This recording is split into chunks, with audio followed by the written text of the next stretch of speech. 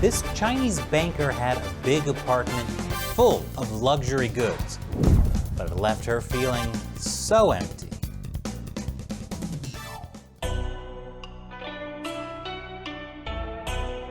Welcome to China Uncensored. I'm Chris Chappell. Is it possible to have too much money? If you have massive student loan debt, the answer is probably no. But if you're a corrupt Chinese Communist Party member, the answer might just be yes. It happens when you have so much money, you can't spend it, because then people would get suspicious. Yet, people keep bribing you with more and more money. And if you turn it down, people will also get suspicious. So what's a poor Communist Party member to do? The answer is, buy a second apartment to hide all your luxury goods. That's what happened to Chinese banker Wang LI. From the young age of 17, hard-working Li had successfully climbed her way into the Chinese Communist Party as secretary and eventually chair of the Bank of Qinghai. Most recently, she held the role of deputy director of the Qinghai Provincial Local Financial Supervision Administration. That job included regulating financial institutions to make sure they're not corrupt. And along the way, she accepted a huge amount of bribes. Li took advantage of her position as chairman and president of Qinghai Bank to embezzle public funds. The amount was so large, she may have suffered a mental breakdown from too much power and greed. Wang Li took herself to be more like a private boss. She compared herself with her associates who were bosses of private enterprises, and that caused a psychological imbalance. Li had surrounded herself with the heads of various financial corporations and watched as they spent lavish amounts of money. And since she had invested most of her working life to the development of Qinghai Bank, she got the idea that the bank's money was basically her own. Li began accepting whatever bribes came her way, whether it was money or luxury goods. And she even took out loans from Qinghai Bank that she never paid back. It got to the point where she had to buy a separate apartment without her husband's knowledge just so she could have a place to hide all of the luxury goods she'd accepted. Eventually she got caught, and the Central Commission for Discipline and Inspection made a video exposing her secret life, including her apology/forced confession. The possessions that Wang Li accumulated included piles of watches, gold bars, stacks of US dollars, as well as jars of a local Qinghai province treasure, musk. If you're wondering what musk is, it's the dry secretions of mature musk deer males, located in the glands between the belly button and the genitals, and it was once used as a raw material for perfume. Yes, rich people want to smell like the glands of a dead deer, unless they want to smell like whale poop. And just like whale poop, musk is very expensive. Musk deer are an endangered species, and the trade in musk is highly regulated. So Wang Li had her musk, but couldn't do anything with it except keep it in a jar, just like her feelings. Wang Li also kept a hidden safe in her apartment, which supposedly contained keys to other safes that held information about her corrupt associates. But Wang Li's secret apartment was a sanctuary only she could enjoy.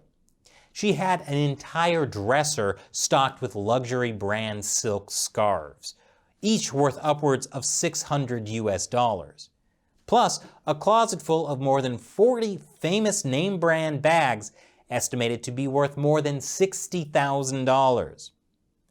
But as I mentioned, Wang Li had a problem. She could not actually enjoy the luxury items she received over the years because she was too scared to be seen outside of the house wearing them. 他说他最大的伤感也就是在自己的那间屋子里才能找到平静，最大的快乐也就是对着镜子欣赏自己，等于说把这些奢侈品也好啊穿在身上。其实他跟我说他内心特别矛盾，也特别痛苦，这是他谈到的一些问题。So she just stand alone in front of the mirror wearing her favorite silk scarves? Does luxury really mean anything if you can't show it off? In her final repentance video, this is what Wang Li had to say. 我觉得金钱都是身外之物，真的，尤其对像我这样在组织的关怀厚爱下，早就衣食无忧。其实金钱本身对自己根本都不需要。其实说白了，这些金钱物质到最后就是人生的殉葬了。除此之外，没有任何用处。离开了组织，离开了工作，我觉得人就像没有了灵魂和脊柱，就像瘫在地下的一堆皮囊。Poor, rich Wang Li is hardly alone. The scale of corruption among Chinese Communist Party members is hard to imagine. We know a little bit from videos like this one that come out from time to time. We also showed you one a few weeks ago about the Chinese official who had 100 mistresses and 3 metric tons of secret cash. One little slip up and you're done. Like this guy, Yang Da-Tsai, a local official who was caught on camera back in 2012 wearing luxury wristwatches. Chinese netizens started calling him Brother Wristwatch. And then he was sentenced to 14 years in prison for corruption. Yeah, that's why Wang Li only wore her fancy scarves in her secret apartment.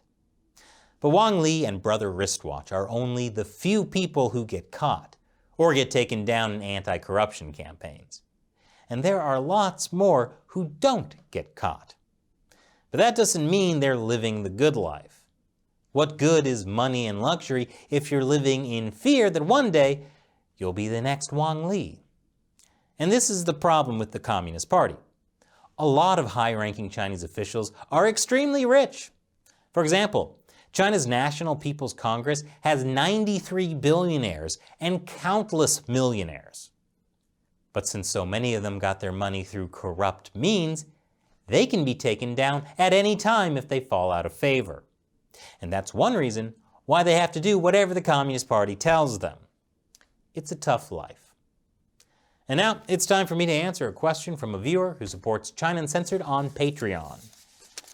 Leslie Soul asks, with Gavin Newsom, governor of California, having completed a $1 billion mask deal with China, and Dianne Feinstein having had a Chinese spy on her payroll for years, what other connections do you think might exist between California leadership and China and/or the CCP?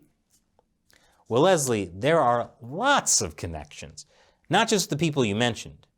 There's a long string of San Francisco mayors connected with China, as well as other politicians. For example, current San Francisco Mayor London Breed, pictured here with the Chinese Consul General.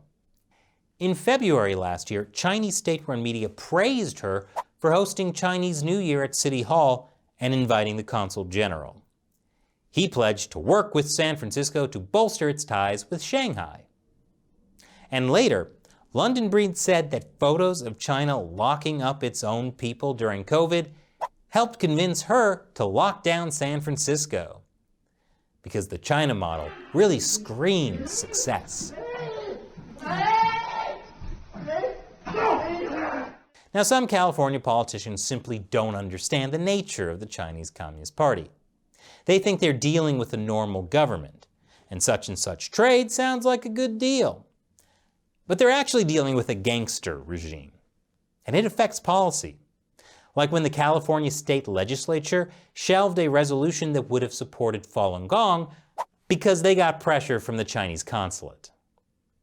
Falun Gong is a spiritual group that's persecuted in China. They're beaten and often sent to labor camps to be killed for their organs. Or as the California legislature would say, good job, California. It's not just California, though.